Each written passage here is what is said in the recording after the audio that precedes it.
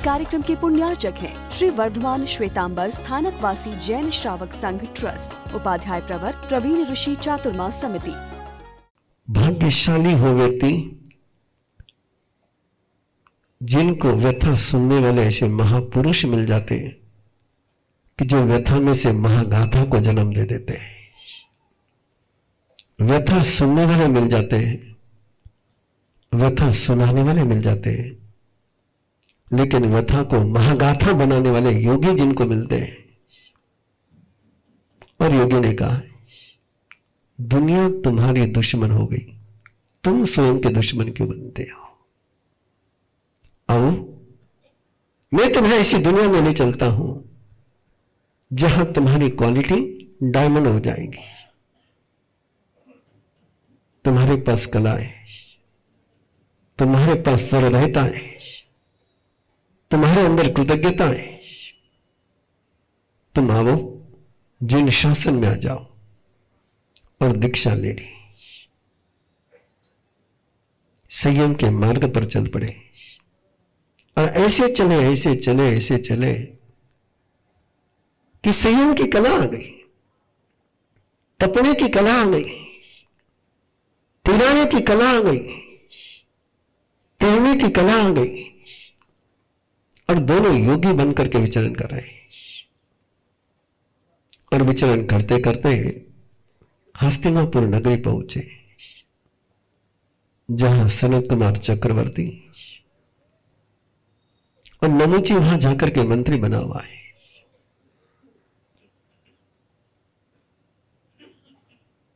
चित्त गोचरी के लिए चला है, संभूति गोचरी के लिए चला है। पारना था, गोचरी के लिए मांसकवन के पारने के लिए चला है। नमुची ने देखा और जैसे देखा तो उसको लगा कि मेरी इज्जत मिट्टी में मिल जाएगी। ये संत ने कहीं पर, इस प्रवचनकार ने कहीं पर मेरी असलियत यहां के लोगों को बता दी। व्यक्ति जो पापी होता है वो हर व्यक्ति को पापी के रूप में देखता है। उसको ये याद नहीं आया कि इनकी गुरु भक्ति क्या है। इनके गुरु भक्ति के कारण से मैं जिंदा रहा हूं। लेकिन पापी को केवल पाप ही दिखता है और कुछ नहीं दिखता है। और उसने सोचा, ये किसी को मेरे अपराध बता दे, उसके पहले मैं उनको दंडित करके यहां से निकाल दो। और मंत्री ने उनको मारना शुरू कर दिया, पीटना शुरू कर दिया। और मंत्री जब पीटने लग जाए तो पब्लिक तो पीटने में क्या देर लगती है। संभूति ने काफी देर तक शांति रखी, लेकिन एक समय आ गया कि नियंत्रण टूट गया, शक्ति जागृत हो गई, तेजोदेशा का प्रकोप हो गया। धुआं धुआं धुआं, आग, पूरी नगरी उस तेजोदेशा के प्रभाव में आ गई। चक्रवर्ती ने देखा, ये क्या हो गया। चित्त मुनि जो उद्यान में था उसके भी ध्यान में आ गया कि संभूति ने ये प्रकार किया है। वो आए वहां पर और संभूति को प्रतिरोध दिया। नहीं, कोई कुछ भी कर ले, तुझे केवल अमृत ही देना है, जहर नहीं देना है। अपने जहर को वापस ले ले, अपने इस बद्दुआ को वापस ले ले, अपने संताप को वापस ले ले। और संभूति ने चित्त की बात को सम्मान देते हुए अपने संताप को नियंत्रित किया। चित्त संभूति को लेकर के शांत पर आए और दोनों ने चिंतन किया कि अब अंतिम समय की वेला आई है, संलेखना कर लेते हैं, संथारा पचक लेते हैं। दोनों ने संथारा पचक लिया। सनत चक्रवर्ती को पता चला कि नमुची ही वो व्यक्ति है जिसने सारा ये भयंकर तांडव किया है। नमुची को अपराधी के रूप में बांध करके ये मुनि के पास लेकर के आए क्षमा मंगवाने के लिए। लेकिन मुनि तो अब क्षमा की साधना में बहुत आगे पहुंच गए थे। काश नमुची उनके क्षमा को समझ पाता। चित्त और संभूति दोनों ने एक ही बात कही, ये हमारे ज्ञानदाता गुरु है, इनको दुख मत दीजिए, इनके हमारे पर बहुत उपकार है, ये शील है, ये क्षमा है, ये चरित्र है। चक्रवर्ती भी आश्चर्यचकित हो गया। पूरे परिवार के साथ दर्शन के लिए गया था। अभिभूत होकर के वंदन कर रहा है। और चक्रवर्ती की रानी श्री रत्न, उसने देखा ऐसा भी हो सकता है, ऐसा भी जीवन हो सकता है कि जो पीड़ित करे, जो संतुष्ट करे, उसमें भी उपकारी को देखना। वो भावाभीत हो गई, नमन करने के लिए झुकी, आवेश में थी, भक्ति का आवेग था। और उस आवेग में उसके बालों का स्पर्श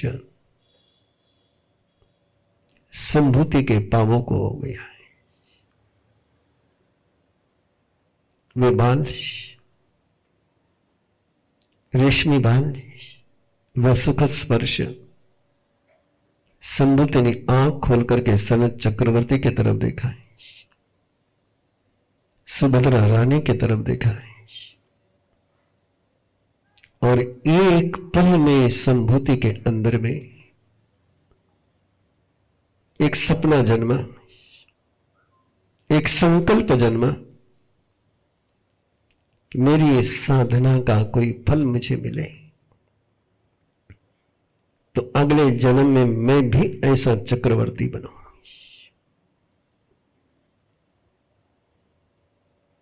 चित्त ने जाना कि संभूति साधना के शिखर पर पहुंच करके खाई में गिर रहा है। चित्त ने संभूति को बहुत संबोधन दिया है, नियाना मत कर, नियाना मत कर। लेकिन मंदाय फसा बहुलो हरि जान तह तगावे सुमरे को जान। इसलिए प्रभु महावीर ने कहा, इन सुहाने स्पर्शों में कभी मन को मत लगाएं।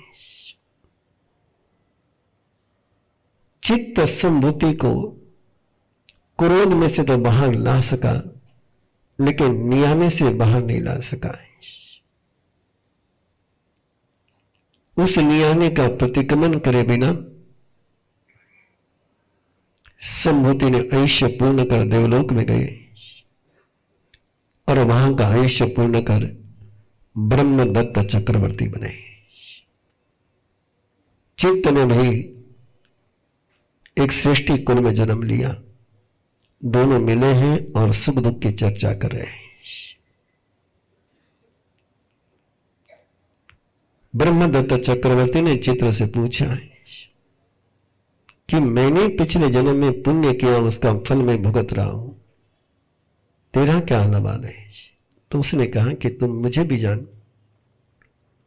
जाना से संभूय महानुभागम जैसे तेरे पास रुद्धि वैसे मेरे पास भी रुद्धि थी, लेकिन मैंने एक दिन संयम की गाथा सुनी, एक ऋषि को सुना, एक महर्षि को सुना, और मेरे अंदर के संयम की साधना जागृत हो गई। मैं संयम के राह पर चल पड़ा। चक्रवर्ती ने चित्र से कहा, आजा, मुझे प्रवज्जा जो है, मुझे संयम जो है, मम रोई प्रवज्जा हूं दुखम, तेरा ये संयम, ये जीवन मुझे दुख जैसा लगता है। तो आजा वापस, हम 5 जन्मों में साथ में रहे, इस जन्म में भी हम साथ में रह करके इन भोगों का आनंद ले, पुण्य का फल भोगे। चित्त ने कहा कि तू तेरे पुराने प्रेम के कारण से तम पुव रहे न दयानुरागम, मुझे काम गुणों का आमंत्रण दे रहा है, लेकिन ये सारे नृत्य विडंबन है, ये सारे गीत विलाप है, ये सारा सुख जिसको तू सुख समझ रहा है, ये सब दुख है। जो आनंद शील गुणों में है, चरित्र में है, वो आनंद इसमें नहीं है। जानता है तो भी, हमने चंडाल कुल में जन्म लेकर के भी इसी संयम के बल पर पुण्य का उपार्जन किया है, और उसी संयम के बल पर हमने शिखर को छुआ है। तो इस समय भी इन सब को छोड़ करके फिर संयम के राह पर आ जाए। ये सारा धन, ये सारा वैभव तिराने वाला नहीं है। मरने वाले के पीछे कोई वैभव जाता नहीं। मरने वाले व्यक्ति को लोग जला करके मुक्त होकर के उसके वैभव का आनंद लौटते हैं। उसको केवल अपने कर्मों के साथ ही जाना होता है। दायर मनम अनुसंकमंती, और पीछे वाले जनता और किसी को अपना स्वामी बना करके जीना शुरू कर देती है। वो कहता है संबुति ब्रह्मदत्त चक्रवर्ती, अहम जानामि जय साहु जमे तमम शिव कमेयम भोगाई में संग करानंती ते दुजया जो अमर से हतिनापुर में चित्ता दटोन नरवाई मई धियम काम भोगे सुगिर्दनम नियाणम सुहम कड़म। वही बात उसने कही, उसको भी पता था कि कहां गलती हो गई, कहां मिस्टेक हो गई। अरे नियाना बंधुओं, फिर याद रखना, इस कांटे को उखाड़ करके फेंका जा सकता है। ये 3 शल्य है, और उन 3 शल्यों में सबसे भयंकर शल्य कोई है तो नियाना है। इसका ऑपरेशन करना चाहिए। जो इसका ऑपरेशन कर लेता है वो सुखी हो जाता है। जो इसका ऑपरेशन नहीं कर पाता है, उसकी सारी साधना उसके लिए नरक का दरवाजा बनती है। याद रखना इन शब्दों को। नागो जहां पंकज लावसन्नो दट्टुं फलं नाभिसमये तीरम् एवं वयं कामगुणेषु गिद्धा नो भिक्खुनो मगमनो वयामो। एक कुत्ता यदि कीचड़ में चला जाए तो छलांग लगा करके आराम से बाहर आ सकता है। एक साइकिल किसी दलदल में फंस जाए तो साइकिल सवार उसको उठा करके निकाल सकता है, लेकिन कोई लोडेड ट्रक किसी कीचड़ में धंस जाए, कोई हाथी किसी दलदल में धंस जाए, तो जैसा वो प्रयास करता है बाहर निकालने का, वैसे और अंदर धंसते चले जाता है।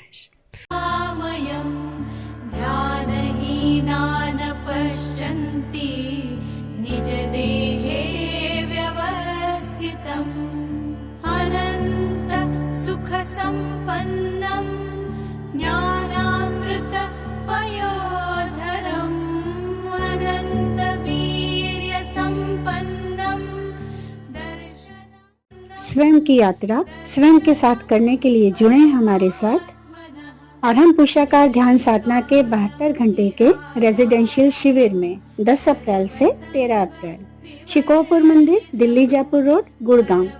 अधिक जानकारी के लिए संपर्क करें 9310061391।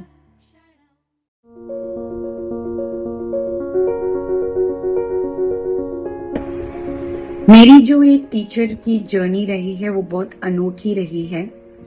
सबसे पहले मैं टीचर बनी, फिर मैं मदर बनी। जहाँ पे डॉक्टर्स ने मुझे बता दिया था कि आईवीएफ ट्रीटमेंट करना पड़ेगा, वहां पर मेरा नेचुरल कंसेप्शन हुआ है देवगुरु कृपा से। और जो हाई रिस्क प्रेगनेंसी है, through out the pregnancy period मुझे कभी वो हाई रिस्क लगी ही नहीं। पर्सनल लेवल पे, प्रोफेशनल लेवल पे, स्पिरिचुअल लेवल पे हर एक डायमेंशन में ग्रोथ हुई है। मेरे जो पीरियड्स इरेगुलर थे वो भी रेगुलर होना शुरू हो चुके हैं। प्रॉब्लम्स सुलझ गए। एक रिश्ते में जहां पर इतनी कड़वाहट थी, उस रिश्ते में अभी मिठास और आशीर्वाद घुल गया है। सही मायने में आशीर्वाद का अर्थ ट्रेनर बन के ही सीखा है। अधिक जानकारी के लिए 7038352200 या 8698108502 पर कॉल करें और अपने जीवन को एक नई दिशा, एक नई ऊर्जा प्रदान करें। निर्विकारं निरामयं ध्यानहीनान् पश्यन्ति निजदेहे व्यवस्थितम् अनन्त सुखसम्पन्नं ज्ञानामृतपयोधरम्